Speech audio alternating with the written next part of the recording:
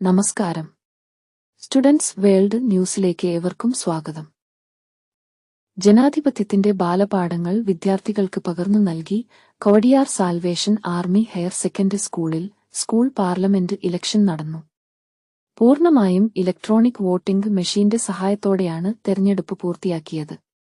July 8-ാം തീയതി election പ്രഖ്യാപനത്തോടെയാണ് നടപടികൾ ആരംഭിച്ചത്.